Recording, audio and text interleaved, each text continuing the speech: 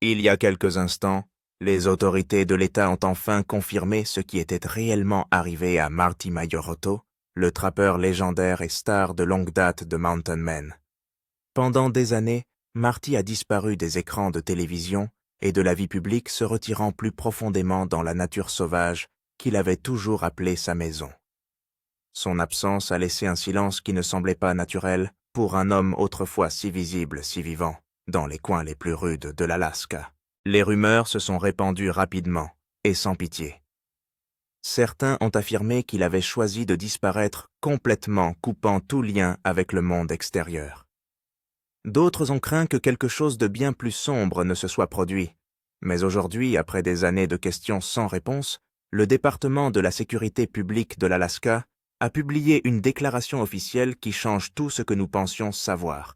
Et avant que toute la vérité ne soit révélée, un dernier détail confirmé par les autorités pourrait bien être le plus déchirant de tous. Pendant plus d'une décennie, Marty Majorotto a incarné la pureté de l'Alaska.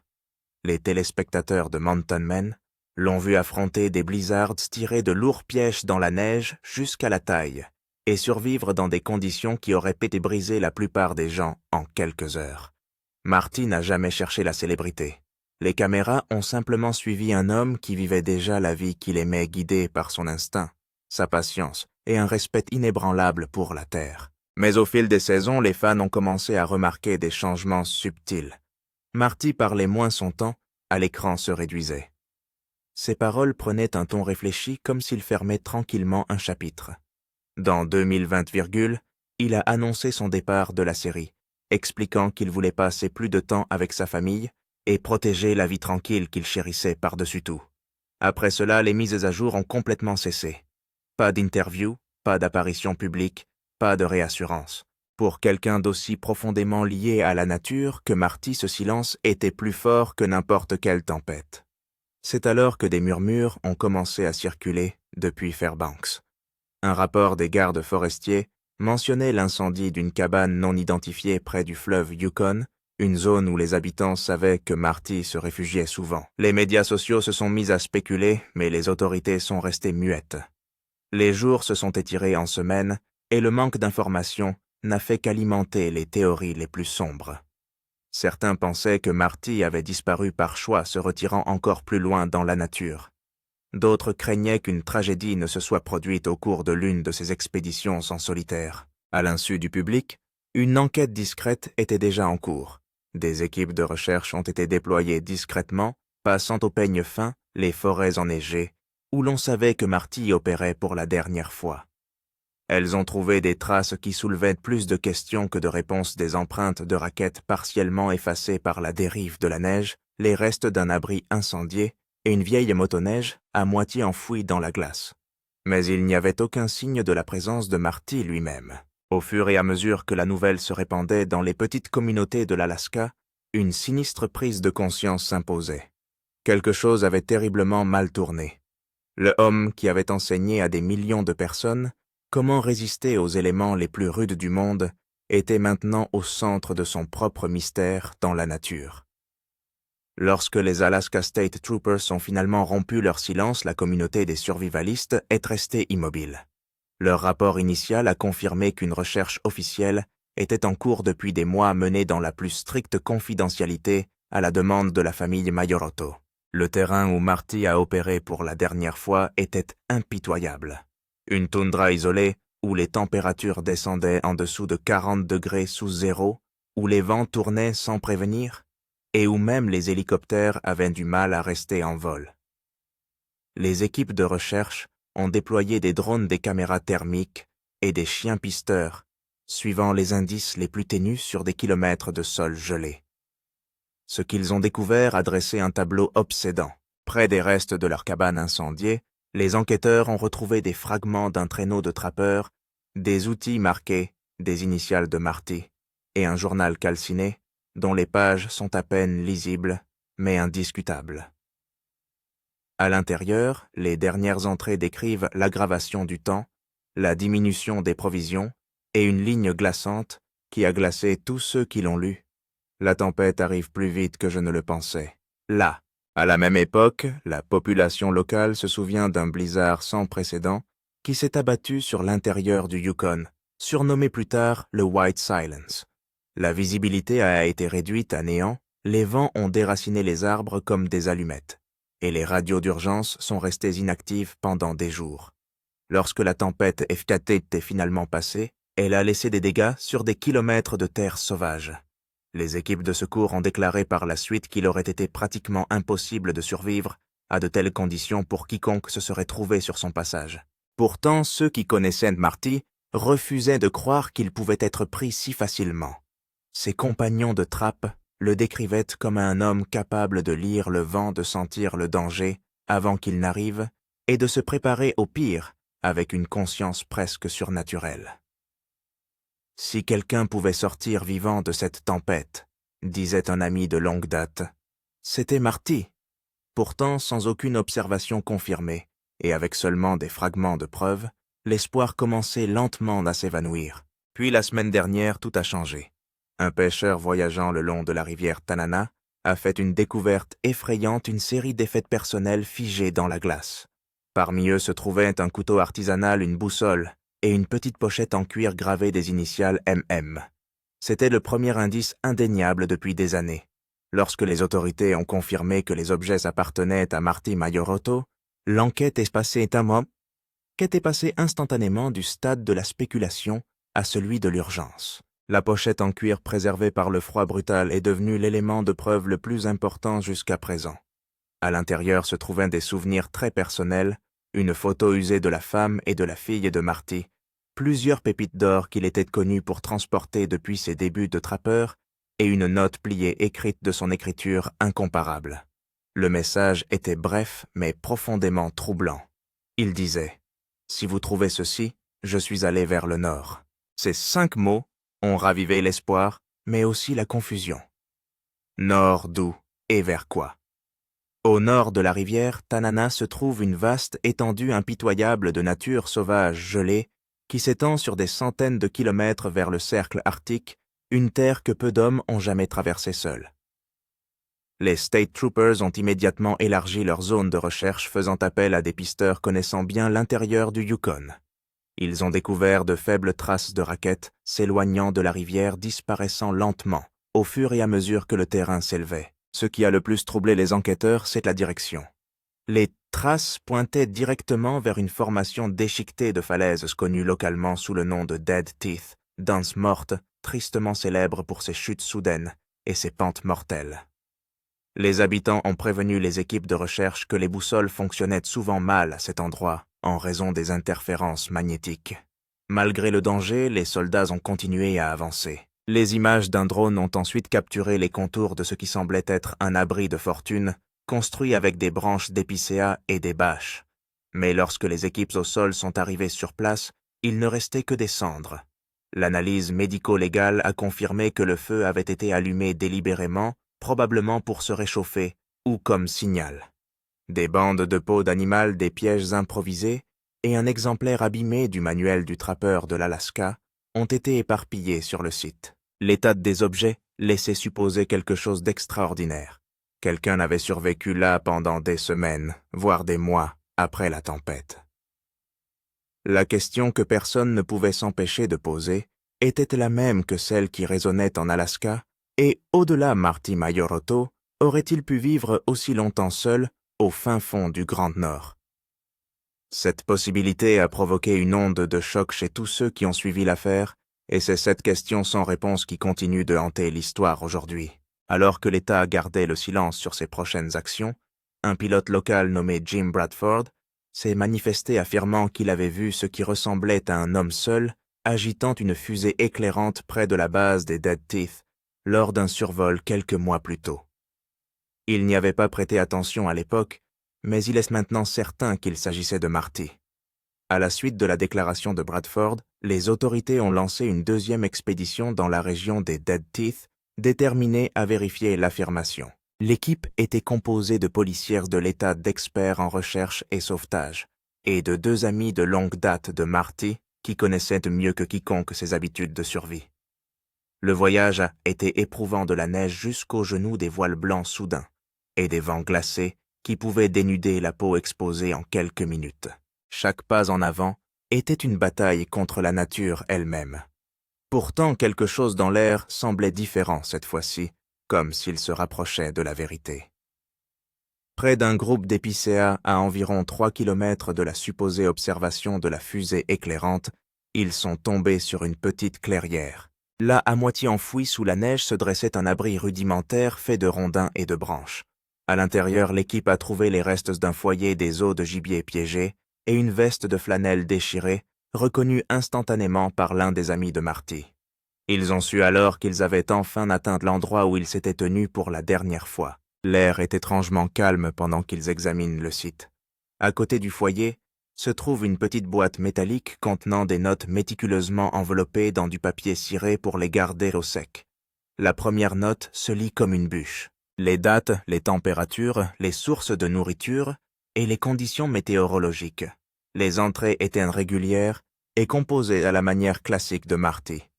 Mais à mesure qu'elles approchaient de la fin, le ton changeait. L'écriture est de plus en plus hésitante. L'une des dernières inscriptions se lit comme suit : « À court de carburant, cabine détruite toujours en direction du nord en suivant le soleil. » Cette seule phrase laisse entrevoir une volonté inébranlable de survivre, alors que tout s'écroule. Les enquêteurs ont élargi leurs recherches en suivant le peu de traces qui restaient au-delà de la clairière. Mais la nature est impitoyable. La neige abondante a effacé la plupart des traces de mouvement. Des drones de recherche ont capturé ce qui semblait être des empreintes de pas dans un ravin gelé, avant que des vents violents ne les ensevelissent à nouveau. Lorsque l'équipe est rentrée à la base, l'épuisement avait remplacé l'espoir. Pourtant, au fond d'eux-mêmes, aucun d'entre eux ne pouvait se défaire du sentiment que Marty était toujours là, à survivre de la seule manière qu'il connaissait tranquillement, humblement, hors d'atteinte du monde moderne. Quelques jours après la fin des dernières recherches, le département de la sécurité publique de l'Alaska a tenu une réunion à huis clos. Les journalistes qui ont réussi à y pénétrer ont décrit l'atmosphère comme sombre mais tendue. Les responsables ont confirmé la découverte des carnets de survie et des effets personnels de Marty, mais n'ont pas déclaré qu'il était décédé. Au lieu de cela, ils ont décrit le cas comme non résolu avec des indicateurs significatifs de survie prolongée. Cette formulation vague a mis Internet en ébullition. Les forums consacrés aux hommes des montagnes ont explosé avec des théories allant de l'idée que Marty avait intentionnellement disparu pour vivre complètement hors réseau à des croyances plus sombres qu'il avait succombé aux éléments et n'a tout simplement jamais été retrouvé. Pourtant, au milieu de tout ce bruit, un détail du rapport des soldats ressort. L'imagerie thermique a détecté des signatures thermiques intermittentes dans les contreforts nord, à quelques kilomètres seulement des dents mortes. Il ne s'agissait pas d'animaux sauvages. Les motifs étaient trop cohérents, trop contrôlés. Certains experts en recherche pensaient qu'il s'agissait d'une présence humaine qui se déplaçait peut-être entre des abris de fortune. Les autorités ont refusé de confirmer, invoquant l'imprévisibilité des distorsions thermiques causées par le vent et la neige.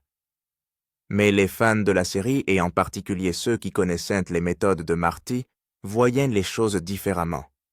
Il avait toujours dit que le feu était la bouée de sauvetage d'un homme dans l'Arctique, déclarant « Si vous pouvez faire de la fumée, vous pouvez faire de l'espoir ». Aurait-il pu survivre aussi longtemps uniquement grâce à ses compétences et à sa détermination? D'anciens acteurs de Mountain Men se sont exprimés décrivant Marty comme un homme dont l'instinct était presque surnaturel. Il pouvait sentir une tempête à venir, naviguer sans carte et construire un abri habitable à partir de ce que d'autres appelleraient du néant. Il n'est pas du genre à baisser les bras. Un ami proche a déclaré à la presse « Si quelqu'un peut tromper la mort en Alaska, c'est bien lui. » Mais alors que le monde s'accrochait à cet espoir, les autorités ont prévenu que les conditions se détérioraient rapidement. Les tempêtes hivernales revenaient avec une force record menaçant d'effacer à jamais tout indice restant. Au moment où l'équipe de recherche s'apprête à suspendre ses opérations, un nouvel appel est reçu, celui d'un pilote de brousse qui affirme avoir repéré une silhouette solitaire traversant la toundra, en raquette, traînant un traîneau vers les montagnes. L'affirmation du pilote de brousse relance toute l'opération. Il décrit la silhouette comme portant des fourrures nactambres se déplaçant lentement mais délibérément avec un traîneau attaché derrière elle, exactement comme Marty Majorato avait l'habitude de se déplacer lors de ses expéditions de piégeage. Le pilote essayait de faire demi-tour pour voir de plus près, mais les vents forts et la lumière du jour déclinante l'ont forcé à faire demi-tour. Dans les heures qui ont suivi, les militaires sont mobilisés une autre équipe, cette fois équipée de caméras à longue portée et d'unités terrestres. Ils ont survolé la zone le lendemain matin et ils ont effectivement repéré une légère piste qui serpentait à travers la toundra. Des empreintes de raquettes fraîches menant tout droit vers la chaîne de l'Alaska. Les empreintes étaient profondes, régulières et espacées d'une manière qui suggère que quelqu'un porte une lourde charge tout en conservant de l'énergie. Tous les pisteurs qui les ont vus sont d'accord, ceux qui ont fait ces traces savaient ce qu'ils faisaient. En avançant, l'équipe a trouvé les restes d'un petit foyer et un tas d'ossements. Des poils de raquettes soigneusement nettoyés et dépouillés. Les survivants n'étaient pas seulement en vie, ils s'épanouissaient avec talent. Pendant un instant, l'espoir s'est répandu dans l'équipe comme une traînée de poudre. Marty aurait-il vraiment survécu aux blizzards, aux tempêtes et aux années de silence? Les animateurs de la radio locale et les fans en ligne ont commencé à l'appeler le fantôme du Yukon. Pourtant, alors que les soldats s'enfonçaient dans les montagnes, le temps s'est à nouveau retourné contre eux. La température chutait, les vents hurlaient et la neige abondante rendait toute poursuite impossible. Ils n'avaient d'autre choix que de se retirer pour se mettre en sécurité. Avant leur départ, un drone de recherche a capturé une dernière image. Floue, lointaine, mais indéniable. Une silhouette solitaire debout sur une crête orientée vers le nord, tenant ce qui semble être un bâton en bois. La silhouette n'a jamais regardé la caméra, n'a jamais bougé, et quelques instants plus tard, le signal s'est complètement éteint. Les experts débattent sans fin des images analysant les ombres, les proportions, la démarche même. Tous les tests convergent vers une seule conclusion. La carrure et les vêtements de l'homme correspondent parfaitement à ceux de Marty. Cette image est devenue le symbole de sa légende, un homme qui refuse de se laisser apprivoiser par la nature sauvage, vivant quelque part hors de portée, là où peu osent aller. Dans les semaines qui ont suivi, l'histoire de la possible survie de Marty Majorato est devenue un phénomène qui s'est propagé bien au-delà de l'Alaska. Les médias de tout le pays se sont emparés de l'affaire, la qualifiant de mystère de la dernière frontière. Des fans du monde entier ont commencé à reconstituer des chronologies, à analyser des images satellites et même à financer des recherches indépendantes par drone dans l'espoir d'apercevoir une fois de plus l'homme qui a défini ce que signifiait vivre de la terre. Mais tandis que la spéculation tournait à l'obsession en ligne, les autorités de l'Alaska travaillaient discrètement en coulisses. À l'aide d'une cartographie thermique avancée, ils se sont concentrés sur la région située au nord de la chaîne de l'Alaska, là où la dernière observation avait eu lieu. Après plusieurs vols sans résultat, une image a finalement attiré leur attention, une petite structure rectangulaire, à moitié recouverte de neige, montrant de faibles signes de chaleur sous le toit.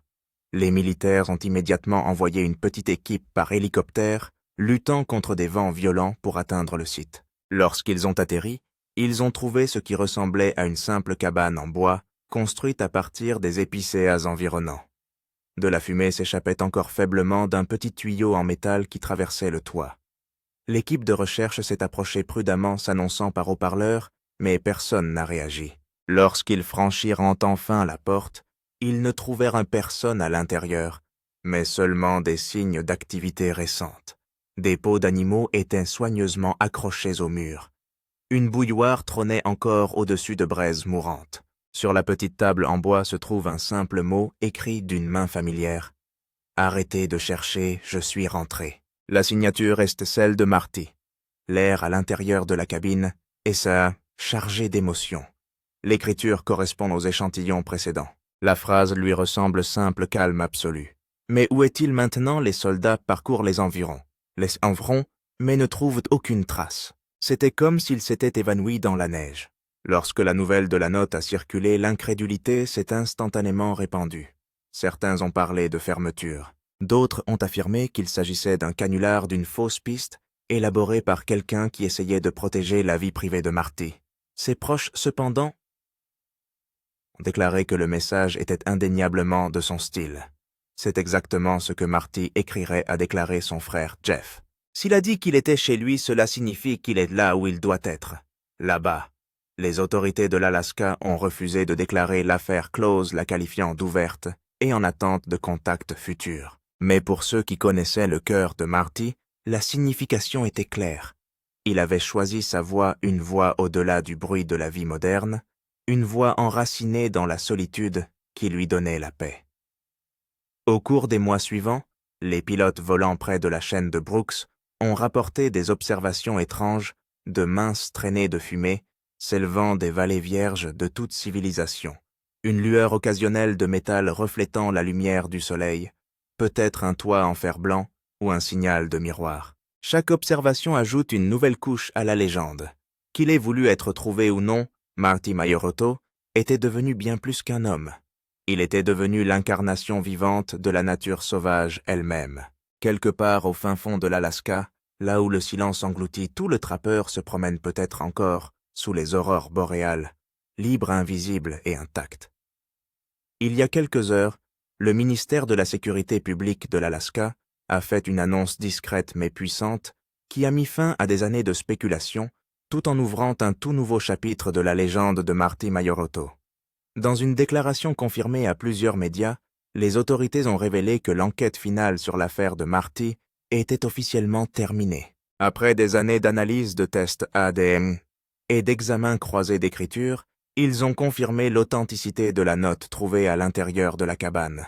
Elle a été incontestablement écrite par Marty lui-même. Mais ce n'est pas tout. Le rapport contient également un élément auquel personne ne s'attendait: de nouvelles images aériennes, prises il y a seulement 3 semaines par une équipe de géologues à environ 60 miles au nord de la chaîne de Brooks. Sur ces images, on peut voir une personne se déplacer dans la neige, traînant un petit traîneau, vêtu d'un manteau de fourrure patchwork, identique à celui dans lequel Marty a été photographié pour la dernière fois, il y a des années. Lorsque l'équipe a zoomé le cadre, a capturé ce qui ressemblait indubitablement au même couteau artisanal retrouvé des années plus tôt sur le site de la rivière Tanana. Les coordonnées correspondaient à la direction même que Marty avait notée dans son journal de survie. Le nord, toujours le nord. Les autorités ont admis avoir tenté d'atteindre le lieu par voie aérienne, mais des vents violents les ont forcés à abandonner la mission. Pour l'instant, elles ont décidé de ne pas poursuivre les recherches, à moins que des membres de la famille ne le demandent, déclarant officiellement que Marty Mayoroto reste introuvable, mais présumé vivant par choix. Ces 3 derniers mots ont provoqué une onde de choc dans tout le pays. Les médias sociaux se sont instantanément enflammés, des milliers de personnes postant des messages tels que « Le montagnard vit » et « Il est là où il doit être ». L'épouse de Marty, Dominique, a fait une rare déclaration. L'esprit de Marty n'a jamais été conçu pour être confiné par des murs ou des villes. S'il a choisi la nature sauvage, c'est là que se trouve sa paix. Ce message émouvant a trouvé un écho auprès de tous ceux qui ont suivi son parcours des écrans de télévision au mythe. À une époque où le monde semble plus petit que jamais, l'histoire de Marty est devenue le symbole d'une chose perdue. Un rappel que certaines personnes sont encore prêtes à échanger le confort contre la liberté. Ainsi, le mystère ne se termine pas par une tragédie, mais par une révérence. Là-bas, au-delà de la portée des routes et des tours de téléphonie mobile, le doux crépitement d'un feu peut encore brûler sous un ciel d'Alaska. Quelque part, un homme qui maîtrisait la terre marche encore tranquillement dans la neige, regardant les aurores Kestier. Boréal scintillait au-dessus de lui, intact, inchangé et vraiment libre.